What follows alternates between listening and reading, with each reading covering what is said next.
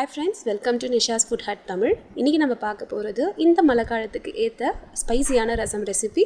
ரொம்ப ஈஸியான ரசம் ரெசிபிங்கிறது. அதுக்கு பாத்தீங்கன்னா புளி நெல்லிக்காய் அளவு எடுத்துர்க்கேன். இது கூட பாத்தீங்கன்னா ஒரு பெரிய தக்காளி வெட்டி வச்சிருக்கேன். தக்காளி சின்னதா இருந்ததுன்னா 2 எடுத்துக்கோங்க.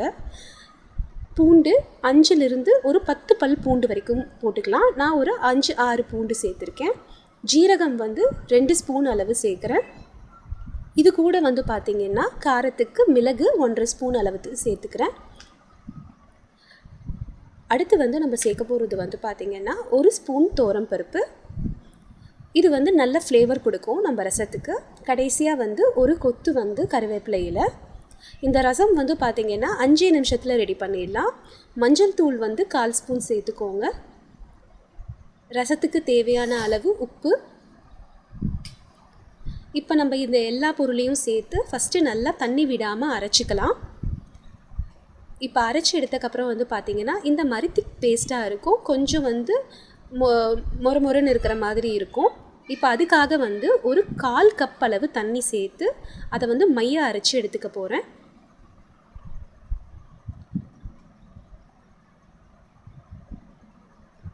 இது இப்போ அரைச்சு எடுத்துக்கலாம். அரைச்சு எடுத்துட்டு பாத்தீங்கன்னா நம்மளுக்கு ரசமோட டெக்ஸ்சர் பாத்தீங்கன்னா இப்படி இருக்கும் கெட்டியா. இதை ரசமோட கன்சிஸ்டன்சி கொண்டு வர்றதுக்காக நான் இதை மிக்சர் ஜார்லயே 2 கப் அளவுக்கு தண்ணி சேர்த்துக்க போறேங்க.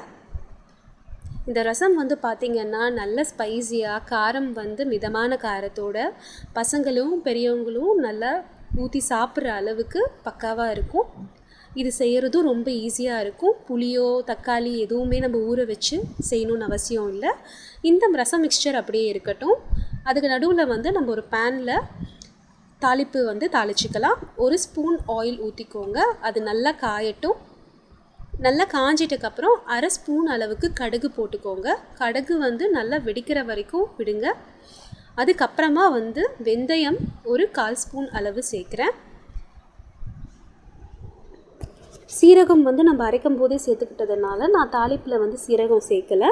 பெருங்காயத்தூள் ஒரு 1/2 ஸ்பூன் அளவு சேர்த்துக்கோங்க. ஒருவேளை உங்ககிட்ட பெருங்காயத்தூள் இல்லைன்னா கட்டி பெருங்காயம் 1/4 ஸ்பூன் அளவு சின்ன பீஸ் சேர்த்துக்கோங்க. ஒரு வரமிளகா, ஒரு கொத்து கறிவேப்பிலை. அவ்வளோதான், நம்ம தாளிப்பு முடிஞ்சிருச்சு. இதை இப்போ நம்ம நல்லா வறுத்துக்கலாங்க. வாசனை வர்ற வரைக்கும் தாளிப்பை எவ்வளோக்கு எவ்வளோ வறுக்கிறோமோ அந்த அளவுக்கு ரசம் நல்லா இருக்கும். கரிஞ்சிடாமல் பார்த்துக்கோங்க. இந்த மாதிரி நல்லா வறுத்து எடுத்துட்டக்கப்புறம் நம்ம அரைச்சி வச்சுருக்க ரசமோட மிக்சரை நம்ம இதில் ஊற்றிடலாம். நம்ம ரசம் மிக்சரில் எந்த ஒரு கருவேப்பிலையாக இருக்கட்டும், நம்ம சேர்த்த மிளகு சீரகமாக இருக்கட்டும், அதோட திப்பி எதுவுமே படாது. இப்போ நம்ம ஊற்றி இதை மீடியம் ஃப்ளேமில் வச்சுக்கலாம்.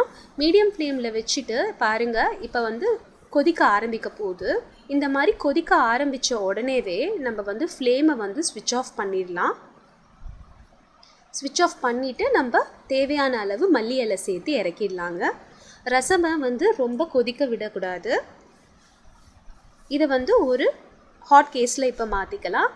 இப்போ மழை காலங்கிறதுனால எல்லா ஃபுட் ஐட்டம் நம்ம சாப்பிட்றது எப்போவுமே சூடாக இருந்தால் பெட்டர்னு நம்மளுக்கு நினைக்க தோணும்.